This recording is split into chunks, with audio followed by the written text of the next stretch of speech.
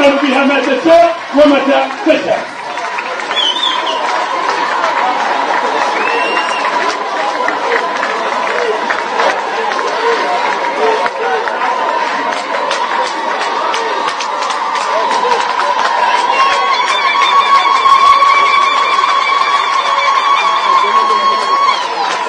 Salam tout le monde, bienvenue sur votre chaîne d'actualité Maroc 24. Pensez à vous abonner à la chaîne pour rester informé. Aujourd'hui, lundi 16 janvier 2023, on va vous parler des frappes de drones des forces armées royales dans la zone de Tifariti. Ces frappes ont privé la milice du Polisario de vendre des succès militaires à sa base alors qu'il organise son 16e congrès au camp de Dakhla sur le territoire algérien. Un conclave qui a mis l'accent sur la poursuite de la guerre imaginaire contre le Maroc, un engagement réitéré d'ailleurs par Ben Bettouche dans son discours du samedi 14 janvier. Plus de détails dans cette revue de presse tirée des sites d'information Yebiledi et Express. Les opérations des avions sans pilote des phares ont tué 2 membres des milices du Polisario à Tifariti, considérée une zone de guerre, depuis que le mouvement séparatiste a décidé le 13 novembre 2020 de reprendre les armes contre le royaume.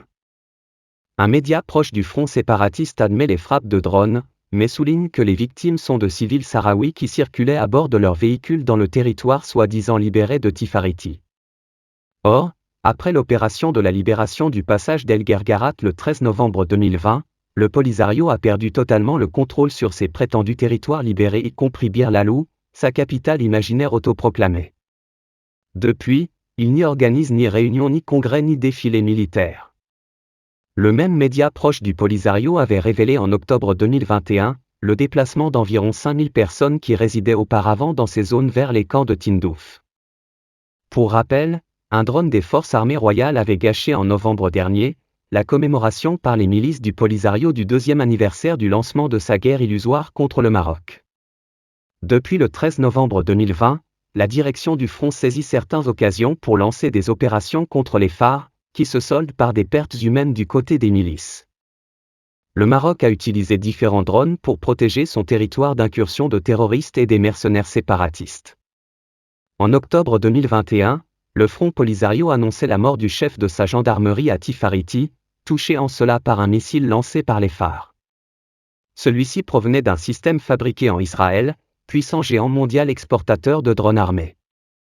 À cet égard, le Royaume possède plusieurs drones kamikazes Arop, acquis en 2021 auprès de la société Israel Aerospace Industries, à la suite d'une visite à Rabat du ministre israélien de la Défense, Benny Gantz. Le Maroc a également acheté 150 drones Thunder Bay et Vendor Bay à Bluebird d'Israël, pour des missions d'intelligence, de surveillance et de reconnaissance ISR.